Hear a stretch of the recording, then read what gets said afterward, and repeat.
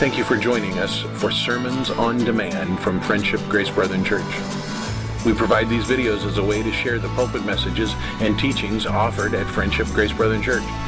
If you find these videos a helpful resource, please drop us a note at info@friendshipgracebrethren.com. Now open your Bibles and get ready to dig into the Word of God. So any questions before we jump into chapter 21 of Revelation? I have one. Okay. Just one? I'll try to make more for you. Well, in Haggai, in chapter 2, they're talking about the covenant that God made with the Israelites when he took them out of Egypt. Right. How much time has gone by between Egypt and Haggai?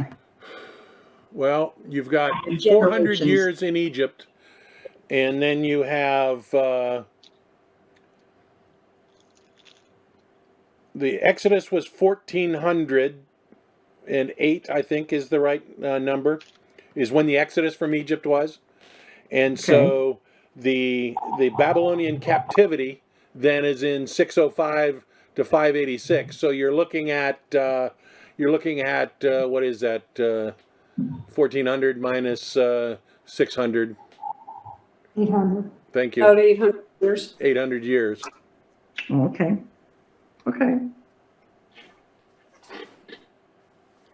I can't always figure it out. Yeah, it's timelines are difficult. That's why I carry in my bag all the time. You've seen them, the charts, like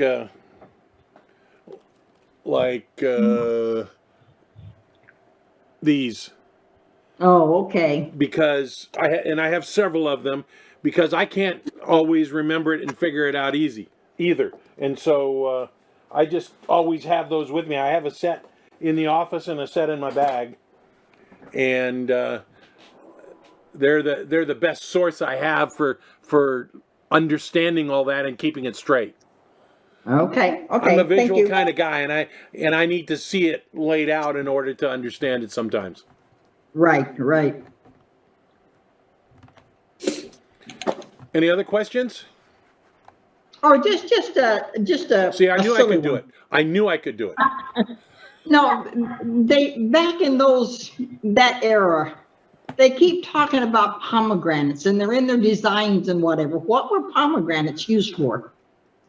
When it's architecturally designed, it is the top of a pillar where it has all that neat stuff on it. But it was also a fruit, like a modern fruit. Oh, okay. You can buy them in Publix. You eat the seeds. You don't eat the pulp, just the seeds. Oh, really? Okay. They're red and they taste yummy, but they crunch. Okay. But it all depends on how the phrase is being used, because sometimes it's talking about an architectural design, pomegranate on the top of a pillar. Well, yeah, and since that's the way it was used a lot, I thought maybe it had a significance, No. other than just decoration. Okay. Just decoration. Okay. I forgot to say something in the prayer request. Tomorrow, I'm starting to read through the Bible again in a year, but I don't have an accountability group this time because I'm doing it without a group. So you guys might have to hold me accountable. We have permission. You heard her. We have permission to yell at her every Wednesday night. Well, the Bible study group didn't want to do it 2 years in a row, and I think that's important for me to keep going now that I've started. And we've done it how many times in a row? 6 or 7? 7? Yeah. Like I said, I think it's important for me to keep going, but I won't have an accountability group this time. I told you last week that I would do some more research and find where Dr. David Jeremiah talks about heaven and about it being a physical place and so forth. And so one of the places that I found, and you all kindly bought me, was David Jeremiah's answers to your questions about heaven. And one of the questions being asked is heaven a real physical place? And his answer is, heaven is no figment of imagination, nor is it a feeling, a state of mind, or the invention of man. Heaven is a literal place prepared by Christ for prepared people. In John chapter 14, Jesus himself leaves his disciples with the promise, in my Father's house are many mansions or dwelling places. If it were not so, I would have told you, I go and prepare a place for you. And if I go and prepare a place for you, I will come again and receive you to myself, that where I am, you may be also. It's interesting to note, he says, that the Greek term translated as place in John chapter 14 is actually the word topos, which is more specifically refers to a locatable place. When you look at maps and they have the gradients on it to talk about elevation, those are called topo maps, from the Greek word meaning place. Say what? Topographical maps. Yeah, I was once corrected. I always said it topographical too. I was once corrected by somebody in that business, and he said it's topographical because of the throwback to the word, to the Greek word. And so Dr. Jeremiah builds on the fact that that he says he's going to prepare a place for us, and he uses a word that means a locatable place.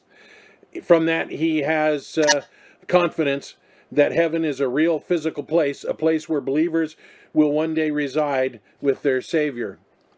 Then someone asks the question, what is the exact location of heaven? His answer is, we do not know precisely. This is not the answer that I read before, but this is one that I could find now. We do not know precisely, but we know that it is up.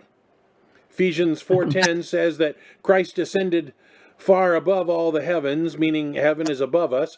However, up is a different locale depending on where you're located on the earth. And I would suppose where on the earth or how the earth was rotating.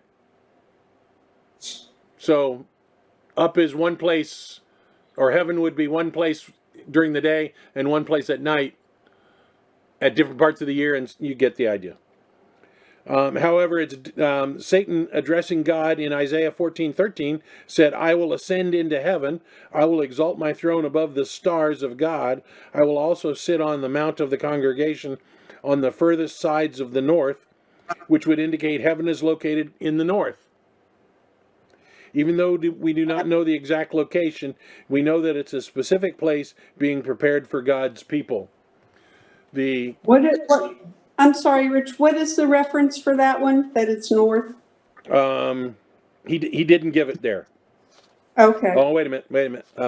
Isaiah 14:13 is talking about Satan ascending, but he doesn't give one for that it's north. Okay. Alrighty.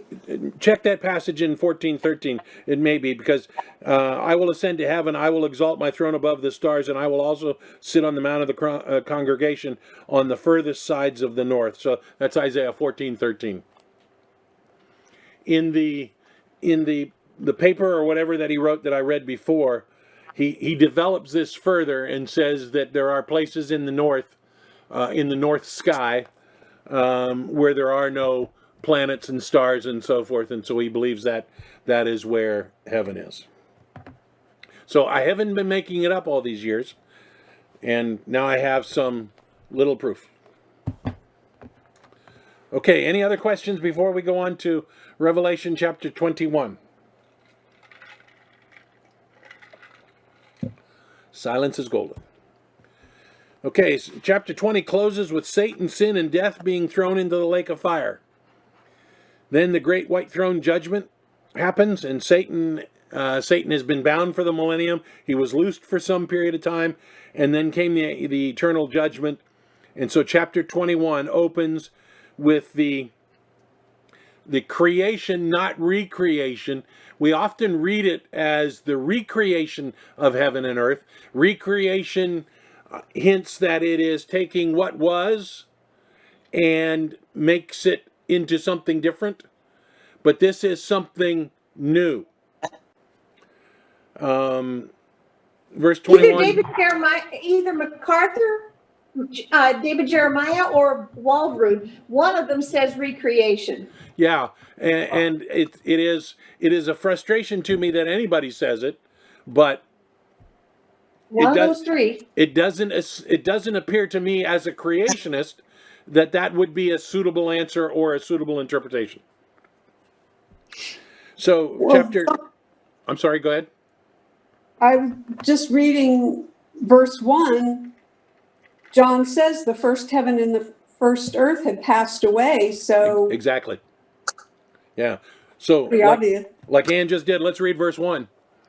Then I saw a new heaven and a new earth. The first heaven and the first earth had passed away, and the sea was no more. So John observes a new heaven and a new earth. You could linguistically, I think, argue that passed away would be the act of being recreated, but I don't think that's the cleanest interpretation of the words being used. Maybe it just means change.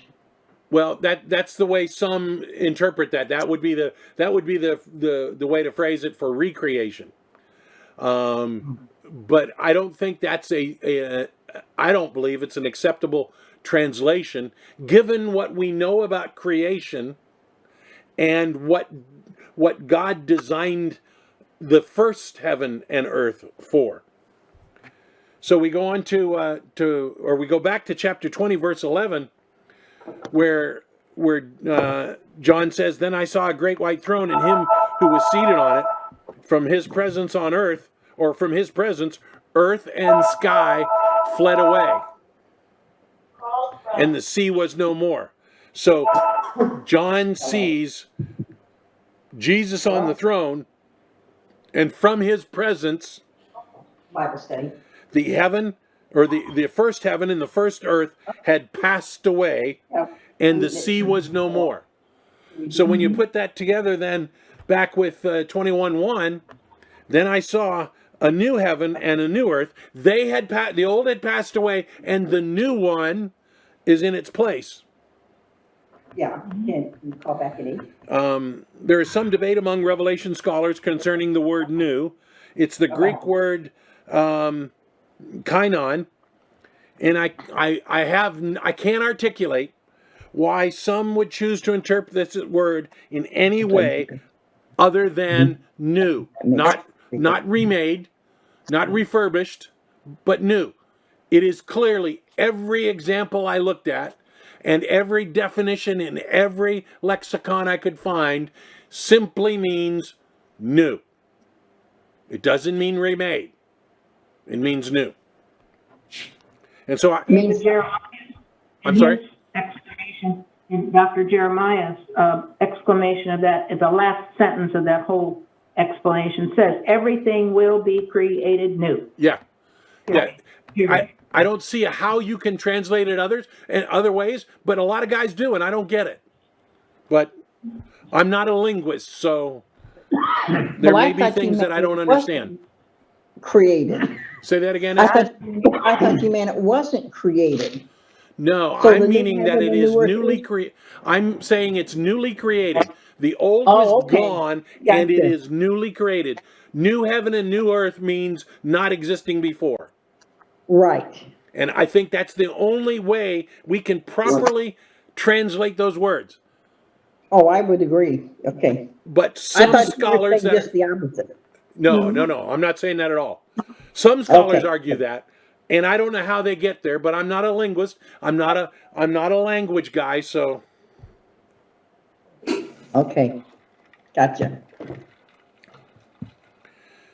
it's clear that God creates, the way I understand it, it's clear that God creates a new heaven and a new earth, not just a recreation or a remake of an old earth and old heaven. I was wrong. Say what? I was wrong. It's the English or the ESV study Bible that says it is remade. It's not MacArthur, Jeremiah, or Waldrod. It's the study Bible. I'm sorry, will you say that first part again? I was wrong. Thank you. Got it recorded. I only need about 9 million of those to make up the deficit. I think that I think that my position, or that position, can be verified by examining other passages in Scripture that speak of a new heaven and a new earth, such as Isaiah 65:17. Isaiah 65:17. For behold, I create new heavens and new earth. From the former things shall not be remembered or come into mind. I think Isaiah is articulating there, the old is done and the new has a different purpose. I think that's what's being established there. Or look again what Isaiah says in 66:22. For the new heavens and the new earth that I make shall remain before me, says the Lord, so shall your offspring and your name remain. We can also look in the New Testament, 2 Peter chapter 3, verse 13. But according to his promise, we are waiting for new heavens and a new earth in which righteousness dwells. Now, I think that last phrase is completely necessary to understand why new heaven and new earth. And just to point out, Peter uses the same word that John uses here in Revelation about new. There doesn't appear, from my vantage point, to be any reason to translate new heaven and new earth as anything other than brand new, never seen before, not a recreation. This becomes important when we look at the Genesis creation account. At the conclusion of the creation day, of each creation day, God said it was good. And at the end of the sixth day of creation, he said it was very good. What did he mean by very good? Perfect. Acceptable? That it was acceptable to him? Perfect and acceptable, yes. But acceptable for what? For his purpose? Exactly. Acceptable for his purpose. So, what was the purpose of creating the Garden of Eden and all of history with the potential for sin, knowing that Adam would sin? Glorify God. Yeah, glorify him and provide what? Salvation for us? Salvation. Salvation. And provide a way for salvation. So the original creation of heaven and earth was designed to be able to expose sin and thereby expose parts of God that we would not know apart from knowing sin. What was it God told Adam and Eve in the garden? If you eat from that fruit, you will know the difference. And so, the new heaven and the new earth don't have that requirement for sin to be possible. Because that has already been proven. We know the other part of God. We know those attributes of God. We have no way to know other than that. So the new heaven and new earth no longer need to have that requirement. And so God makes new ones that are appropriate for that phase or for that function. And I think that's why Peter uses the phrase, but according to his promise, we are waiting for new heavens and new earth in which righteousness dwells. Because everybody that gets there will be righteous.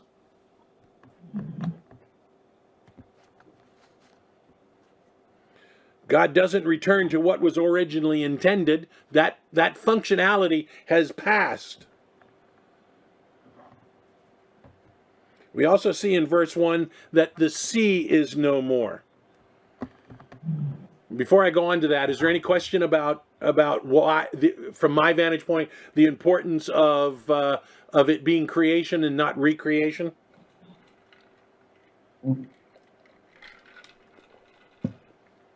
Okay. We also see in verse 1 that the sea is no more. There's debate among a bunch of scholars what this means. Some scholars teach that the sea no more refers to the removal of sin. And I looked at that and looked at that and looked at that, and I couldn't figure out a way to derive sin from sea. I don't find any way to interpret sea here as anything other than the water that's on the face of the earth. Let me read to you. Go ahead. I'm sorry. Just when God originally created, did we have seas? Yeah. In We fact, did? Okay. when he first created, the Spirit hovered over it, and at first creation, it was all sea. That's right. My brain had a little lapse there. And then God created the land out of the sea. And of course, then he flooded the land again so that the land was totally gone. So there is some connectedness between the sea and sin. But I don't believe that we can make the argument that the sea being gone means sin being gone. I just don't know why is the comment that the sea was no more, why is that important? I mean, why is it included? Because of what the new heaven and new earth and ultimately New Jerusalem will be like. And if you're a sailor, you'll be frustrated. There isn't going to be a sea? There isn't going to be a sea. That's sad. Everybody who loves water is going to be sad. No, because we'll be in the presence of God. We won't know that we love water. Right. Well, there'll be at least one river. Right. There will be a river, and the Dead Sea is still there, but it will be fresh water. So we will be able to go boating if we want. Yeah, with our glorified bodies, we can water ski without boats. Well, that ought to be fun. So let me. Go ahead, Linda, wherever you are. MacArthur states that currently 3/4 of the Earth's surface is water, but the new environment will no longer be water-based and will have completely different climatic conditions. Yeah, I envision that we will be again like it was in the garden, where we're essentially in paradise, no wind, no rain, and perfect conditions all the time. Let me read to you a section from the New American Commentary on Revelation, talking about no more sea. The rather enigmatic observation that there was no longer any sea has been understood in several different ways. Some have argued that John looked out every day across the Aegean Sea to where his beloved church waited for him at Ephesus. Here's my note on that. He was on the island of Patmos, which is off the coast of Greece, on the shore of the Aegean Sea, and he was looking toward Ephesus in modern Turkey. And so that's the comment there. This way was barred by the sea, and therefore the sea, for all its beauty, became a menace to John and stood for the separation of God's people from direct concourse with the Lord, as well as with the departed dead and even many of those alive at the time. Others take the reference to the sea to be the usual metaphor of apocalyptic literature in the foment of civil and social orders presented as a seething and unruly sea. A few others have felt that the reference is to the crystal sea before the throne, but this seems highly unlikely. Some type of combination between the first two perspectives is possible, and the hint of the expression seems to be that in the new order, the painful earthly estrangements will no longer exist. So there's all sorts of ways to interpret that the sea will be no more, but the way I understand it is the sea will be no more. How's that? I'm taking a stand. We should also consider the meaning of heaven as used in the new heaven and new earth. Does God make a new heaven, meaning his spiritual abode?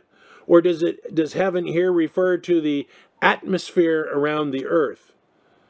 The word heaven is the Greek word ouranos, which is sometimes translated as air and sometimes translated as heaven. It can mean the full range of air we breathe to the abode of God. Remember, Paul says he was caught up into the third heaven, which is where God abides. So we've got three heavens. We've got the sky where the birds fly. We've got space where the spaceships fly. And we got heaven where God flies. Which one is in view? I don't think it would be heaven where God lives. Or I should say that heaven is also used to speak of the spiritual world. So it might be a recreation of the spiritual world too. Well, Go ahead, if Ann. if we're talking about a new earth and we're talking about the sea that was on the earth is no more, we're kind of talking about well, no, I can't say tangible places. How about places where man dwells? Okay. So wouldn't the new heaven kind of go along with the new earth, like the sky and the atmosphere kind of? Yeah, and I would argue that's a tangible place. Yeah, well, I mean, but it goes with the earth. It doesn't go with the place where God is necessarily. Yeah, I think so. I would argue that the new heaven refers to the air, the atmosphere around the planet Earth. It appears to me that God creates a new planet Earth, the abode of man. He creates a new landmass arrangement that does not include the sea. He also creates new atmospheric conditions. Some speculate that God creates a system similar to the antediluvian, read pre-flood, state of the earth, which included a dome of water over the earth. The earth at the time was more like a terrarium without wind and rain, perfect weather all over the earth.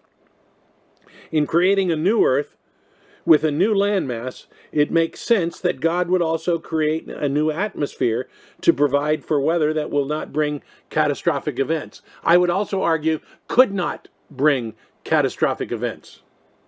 Because we know catastrophic events, weather events, are by God used as correction and punishment. I mean, after all, why would God flush New Orleans so many times? Wow, not even a trickle of anything there. Or burn up California. Yeah. Yeah, really. Ah, that's good. But I'm curious. I'm just curious. Why did God create space when it doesn't seem to be that it serves any purpose It serves in tremendous purpose for the Jews. space? Yeah. Because that's where the sun and the moon reside, and they were given specifically so they knew the days of the seasons for agriculture and for their feasts and sacrifices. We're specifically told that. And the But stars, what, a means of navigation Right. in the days before. Right. so why do we have Pluto and an asteroid belt? I know. Interesting question. Add it to your list to ask Jesus when you get there. Well, one thing you could say is it's something for man to marvel at God's creativity. Well, yeah. But when he says he makes a new heaven, I've always wondered what it was going to include. Well, I can tell you that at the end of chapter 21, it does not include a sun and a moon. I know that. I know. But, it just puzzles me. Well, why should I be the only one puzzled? Okay, on to chapter 21, verse 2. All of that, look at that. We spent a half hour on one verse. And I saw the holy city, New Jerusalem, coming down out of heaven from God, prepared as a bride adorned for her husband. Now I've got some difficulty. Not only did John see the new heaven and the new earth, but John also saw the new Jerusalem coming down from heaven. The old Jerusalem had been referred to as Sodom in Revelation 11:8. The new Jerusalem is referred to as the holy city. And I don't mean Winona Lake. The phrase had been used in the New Testament before in Matthew 4:5, in Matthew 27:53, the phrase holy city is used. So it would have been a phrase John knew and knew what it meant. What sets the New Jerusalem apart is that it comes down out of heaven. Dr. Walford argues that since there's no mention of creating the New Jerusalem at this point, it's not like John doesn't say God created a New Jerusalem and set it there. He just says it comes down. The language, Dr. Walford says the language seems to indicate that the New Jerusalem had existed in heaven before it's coming down from heaven. He further states that perhaps John 14:2 speaks of Jesus preparing the New Jerusalem. John 14:2, in my Father's house are many rooms. If it were not so, I would have told you that I go and prepare a place for you. Is it possible that the New Jerusalem being in heaven is where that temple in heaven has always been? Well, when you read the rest of Revelation 21, you'll know no. You will know that it's not no. Because there is no temple in the New Jerusalem. Because Jesus and God are the temple. States in Revelation 21. Oh dear, I'm confused. Yes. So, here's a note from Dr. Walford. Nothing is said about the New Jerusalem being created at this point, and the language seems to imply that it's been in existence in heaven prior to this event. And he says, go back and look at the discussion in chapter 21, verse 9. Nothing is revealed concerning this in Scripture unless the expression of John 14:2, I go and prepare a place for you, refers to this. If the New Jerusalem is in existence throughout the millennial reign of Christ, it is possible that it's a satellite city suspended over the earth during a 1,000-year reign of Christ as the dwelling place of the resurrected and translated saints who also have access to the earthly scene. This would help explain an otherwise difficult problem of dwelling place of the resurrected and translated beings on earth during a period in which men are still in their natural bodies and living ordinary lives. If so, the New Jerusalem is withdrawn from the earthly scene in connection with the destruction of the old earth and later comes down to the new earth. Now, what Dr. Walford is hinting at is a relatively popular belief that during the millennium, the newly created or previously created New Jerusalem is somewhere between heaven and earth. And that's where we'll live. I find that to be kind of preposterous. I don't find anything credible about that statement. I love Dr. Walford's stuff, and he's the dean of Revelation theologians. I just don't understand how he gets there. And it bothers me, but I don't know why we have a space problem. Why we have an issue of where we're going to live. Paul tells us to be absent from the body is to be present with the Lord. We'll live wherever he is. It appears like we have the capability to go back and forth between heaven and earth. From where Jesus is, where we're reigning with him, whatever that means, and heaven. But I don't know why they have this kind of theory. And he's not the only one that proposes it. I just don't find the evidence to support it. And so if I can't support it by evidence, I go, okay, that's nice, I can't prove it. The only description given is of the New Jerusalem that is prepared as for a bride for her husband. That statement brings to us some additional challenges. Some scholars interpret that as being New Jerusalem is the bride, meaning that the New Jerusalem is the dwelling place of the church. But that's not what the statement says. Go back to verse Revelation 21:2. And I saw the holy city, New Jerusalem, coming down out of heaven from God, prepared as a bride adorned for her husband. How is a bride prepared on wedding day? She's supposed to look beautiful and new and clean and perfect. Pure, white. Pure.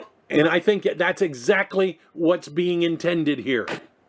That New Jerusalem is not the bride of Christ, but is pure, is new, is created beautiful, is perfect. I think that's the intent of that statement. To some scholars, the description of Jerusalem prepared as a bride for her husband indicates that the New Jerusalem will be the eternal home of the church. In the Old Testament, Israel is the wife of Jehovah. Some scholars argue that the the New Jerusalem will be the home of Israel for eternity. I would argue that there's insufficient information to argue either way. Dr. Walford believes that the description of the New Jerusalem makes it plain that the saints of all ages are involved. That makes sense.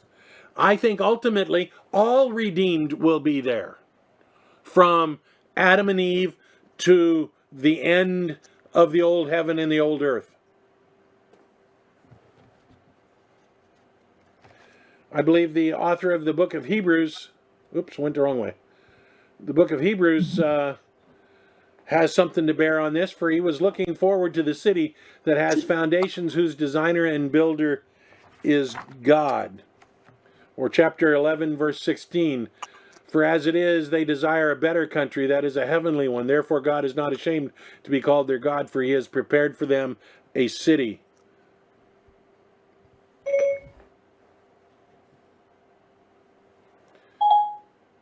I hear beeps. I don't know what's beeping. Any questions on that? Okay, let's go on to... Go ahead, sorry. Is it okay if I'm as confused as I was before? Well, I wouldn't say that's one of my goals, but... What are you confused about?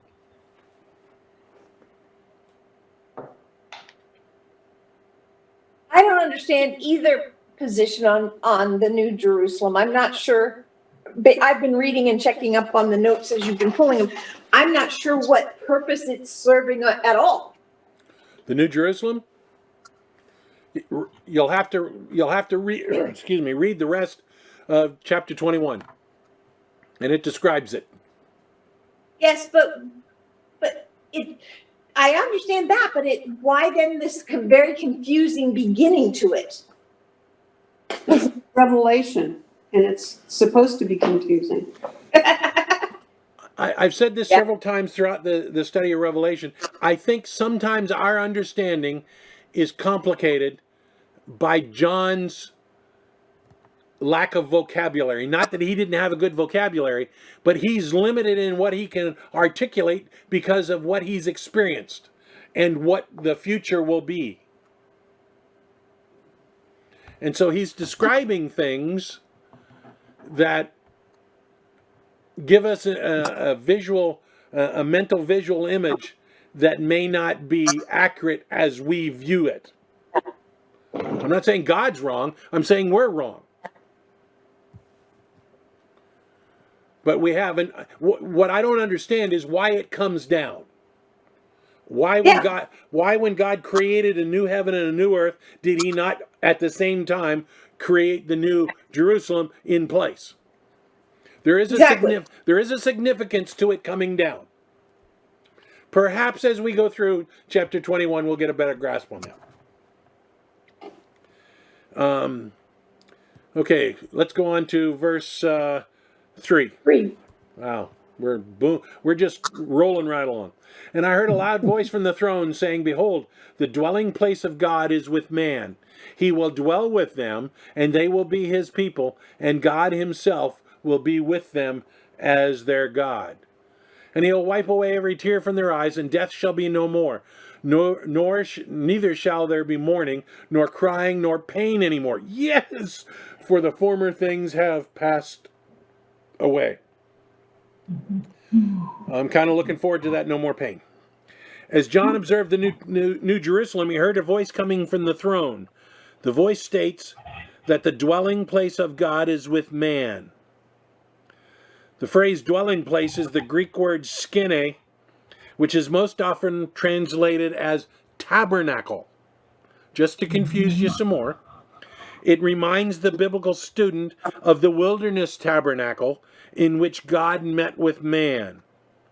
We've also seen a heavenly tabernacle in Revelation 13:6 and 15:5.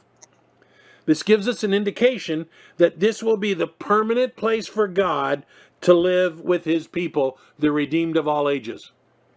So when we look at the entirety of the Bible, we have a theme that runs through it, beginning with with God walking in the garden with Adam, and then sin and all that, and then the flood and calling of Abraham and the people in Israel or in Egypt for a while, and then in the wilderness wandering, they create a tabernacle. What was the purpose of the tabernacle? So that God could dwell with them or be with them. Where God would meet with them. It was also called the tent of meeting, where God would come down, not stay permanently, but come down and meet with them. Now we have, and then we had the temple, and they saw God's glory fill the temple, and then at some point the glory leaves the temple. But now we have a new heaven, a new earth, a new Jerusalem, and we have God permanently dwelling with people. And the word used to describe it is tabernacle. It's a completion of the cycle, I think. So, many would ask why God would make a world where sin and death were even possible.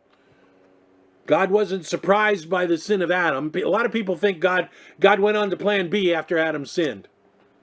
That would make God not omniscient, not omnipotent, and not sovereign. And so God didn't have a plan B. We're still working on plan A. God always planned for it. He created it. He created the world with the potential and knowledge that it would happen that way. God chose those he would save and how he would save them before he created. So if he chose us to create to save us before he created, it all had to be part of the plan.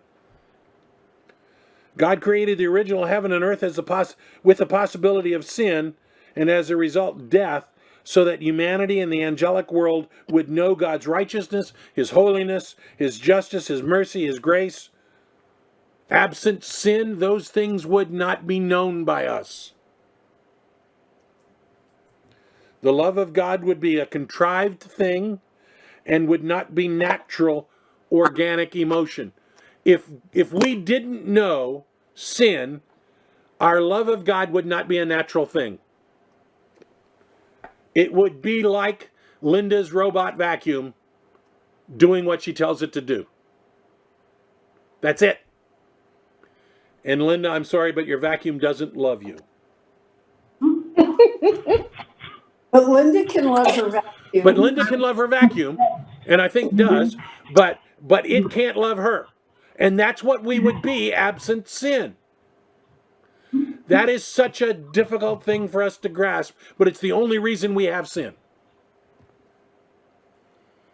So, after sin and death have accomplished their purpose, God creates a new heaven and a new earth and a new Jerusalem where sin and death are no longer even possible because it's no longer needed. How glorious will that be?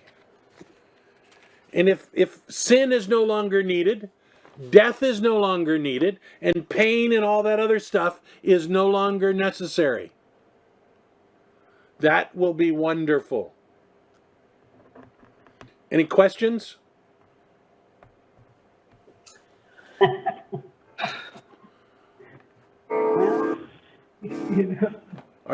Somebody have a question? Yeah, Marilyn was talking. We got to bring Marilyn in here. I said, it sounds like it would be so boring. Without sin? I mean, if none of that's there, What are we gonna do? yeah, what are we gonna do? Yeah, Oh. Dr. Jeremiah answers a question like that. Is heaven boring? Um, It's not just me. oh no, it's not just you. It's perhaps everybody.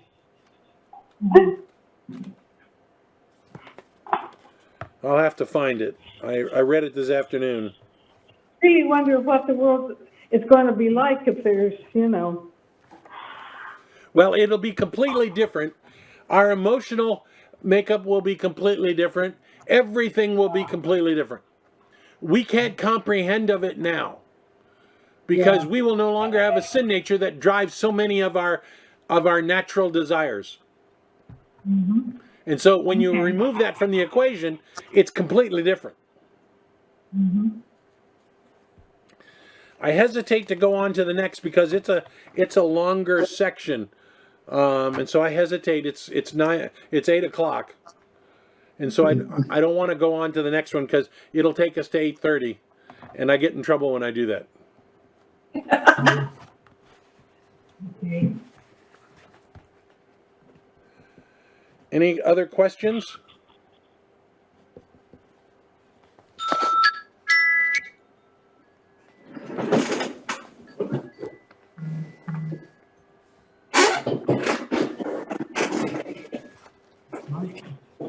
No questions? How about that? What are you still I don't confused on, Mary? I was gonna say, I don't understand enough yet to ask questions. I'm going to have to study and read some more. What don't you understand? At the moment, all of it. Wow. I thought I was pretty clear. I'm sure you were, but Revelation has always been my nemesis, and I have purposely avoided it for many years. And so I am not at all knowledgeable, so I will have to go back and now study. Well, I'm not gonna argue that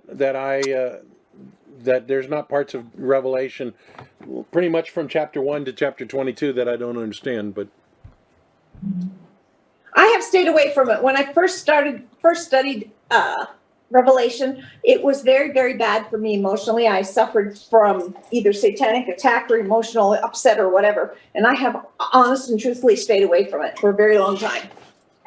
So, yep, I understand.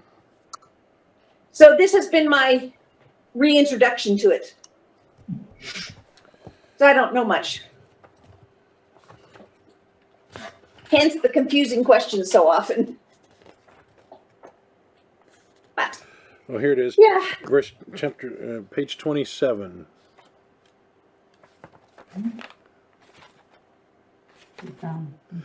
Won't heaven be boring? Be assured that we're not going to sit idly in heaven. What is God going to say to us when we get to heaven? I don't think he'll say, well done, good and faithful servant, and you can have the rest of the eternity off. He will say, well done, good and faithful servant. You are faithful over a few things. I will make you ruler over many things. Enter into the joy of your Lord. Of course, that's what we get from the parable, right? Now, that doesn't sound like we're going to be sitting around forever and ever. It sounds like there will be many things to do. For one, we already know that we'll be ruling and reigning with Christ over the renovated earth during the millennium. Revelation 22 says, his servants shall serve him, verse 3. God has a great plan for each one of us to be wonderfully, happily, excitedly employed, serving the Lord in paradise. I'm not sure employed in paradise work in the same way now as they will then. And we'll be serving in the fullest expression of the capacity of God has given us, using the giftedness he's placed within us. What we won't experience are difficulties, pressures, stresses, heartaches that accompany work down here. We cannot possibly comprehend of all the glorious work with which we'll be occupied throughout eternity. But we know that our service will result in deep joy and fulfillment.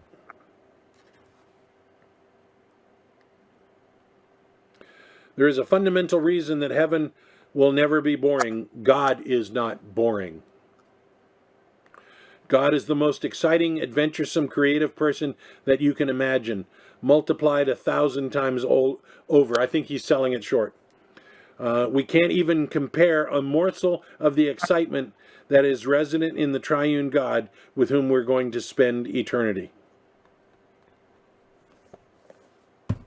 So no, it won't be boring. I think we will get a lot of time to study and learn. Yeah, some people argue that we'll know all that we don't know now, and I disagree. I think it'll take eternity, and we still won't know everything. I'm looking forward to that. I like to learn. That's what we do at Friendship Grace Brethren Church. I know. We learn. That's why I'm glad that you're doing Zoom. Zoom. Anybody else?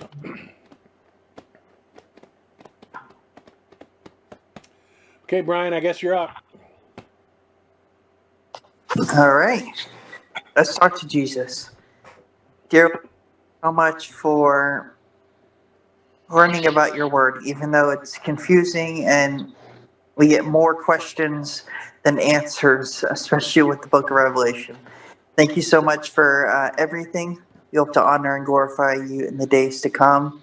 And thank you for a church that for 20-something years, I want to say 22, Lord, has been learning your word for word. Amen. Thank you for watching or listening to this teaching on demand from Friendship Grace Brethren Church. Please consider sending us an email at info@friendshipgracebrethren.com to let us know how this teaching may have helped you.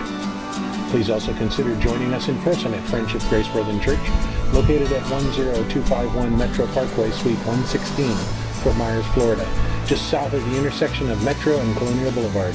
Sunday school begins at 9 and worship service at 10 a.m.